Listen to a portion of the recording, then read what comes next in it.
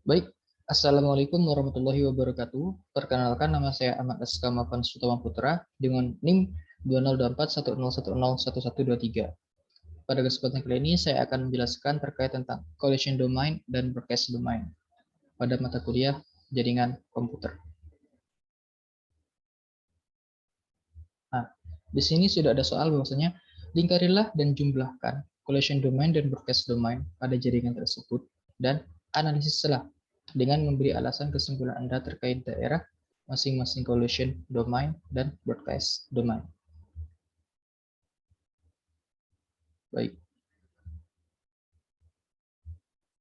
Nah, di sini kita lihat dulu, kita fokus pada collision domain.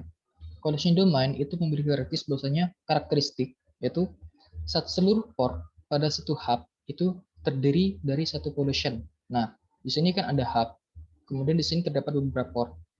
Ada 4. Kemudian di sini karena dia berada dalam satu hub, maka dia terhitung satu collision. Selanjutnya, setiap karakteristik yang kedua yaitu setiap port pada switch itu terdiri dari satu collision. Setiap port pada satu switch terdiri dari satu collision. Di sini terhitung 1, 2, 3, di sisi kiri 4, 5, 6. Ada 6 port. Selanjutnya, setiap port pada router terdiri dari satu collision. Di sini terdapat satu.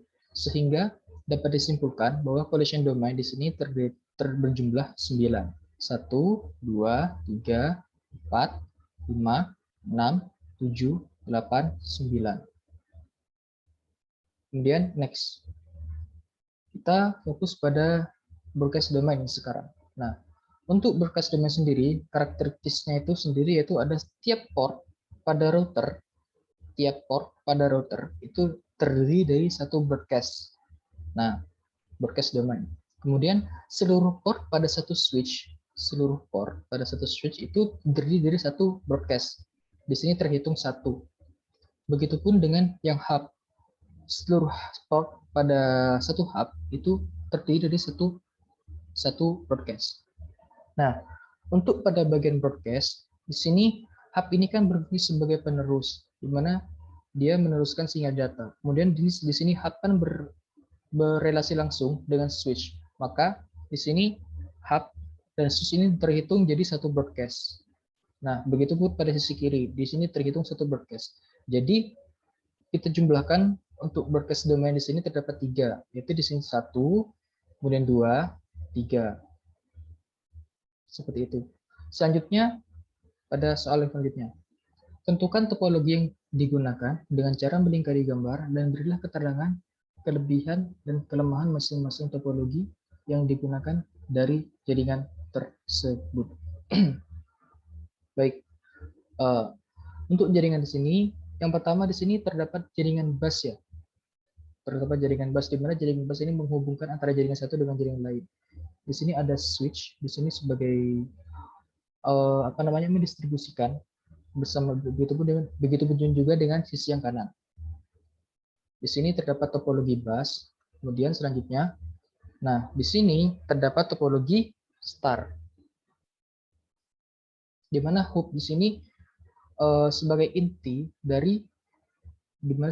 untuk penghubung antara beberapa PC komputer-komputer. Begitupun dengan yang lainnya. Kita tahu bahwasanya kita gabungkan antara topologi bus dengan topologi star di sini, maka di sini kita simpulkan bahwasanya dia menggunakan topologi tree.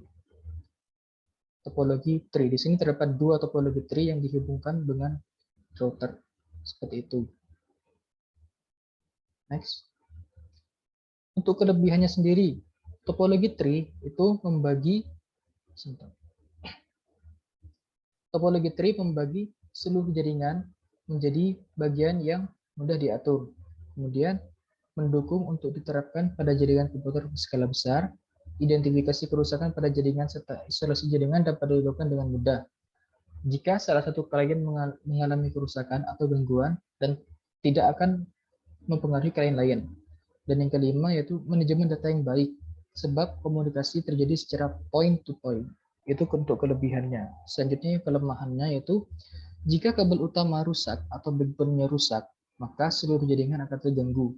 Kemudian, jika aplikasi yang berada di tingkat atas mengalami kerusakan atau gangguan, maka komputer yang berada di bawahnya juga akan mengalami gangguan. Biaya yang diperlukan untuk membangun jaringan ini lebih mahal, sebab menggunakan lebih banyak kabel dan hub. Dan terakhir, kinerja jaringan serta aliran data lebih lambat, sebab komunikasi antar komputer tidak bisa berlangsung, namun harus melalui hub terlebih dahulu. Itu untuk kelebihan dan kelemahan. Selanjutnya, faktor apa saja yang diperhatikan dalam pemilihan topologi? Yang pertama yaitu biaya, yaitu biaya sistem apa yang paling efisien dibutuhkan dalam sebuah organisasi atau yang kita perlukan. Kemudian kecepatan, sejauh mana kecepatan dibutuhkan, kecepatannya apa yang kita, kecepatan berapa yang sih yang kita butuhkan, seperti itu. Selanjutnya ada ukuran jaringan, sampai berapa besar ukuran jaringan dibutuhkan. Yang keempat yaitu ada konektivitas, apakah pemakai yang layak menggunakan komputer, laptop perlu mengakses jaringan dari berbagai lokasi. Nah, itu mungkin faktor-faktor yang diperhatikan. Namun, untuk pemilihan topologi sendiri itu disesuaikan dengan kebutuhan dan keperluan. Misalkan kita hendak membuat warnet, maka kita bisa menggunakan topologi star, di mana satu komputer sebagai inti dan untuk menyebarkan dan untuk mengakses semua komputer seperti itu. Kemudian misalkan ada perusahaan yang memerlukan topologi yang dimana bisa mengakses dan mengirimkan data dari satu komputer ke komputer lainnya tanpa perlu melalui perantara seperti itu. Maka dia bisa menggunakan topologi mesh, karena topologi mesh itu antara satu komputer dengan komputer lain itu pasti saling berhubung. Maka di sana kecepatannya akan semakin mudah. Mungkin seperti itu. Mungkin itu saja yang bisa dapat saya sampaikan. Kurang lebihnya mohon maaf. Saya akhiri. Wassalamualaikum warahmatullahi wabarakatuh.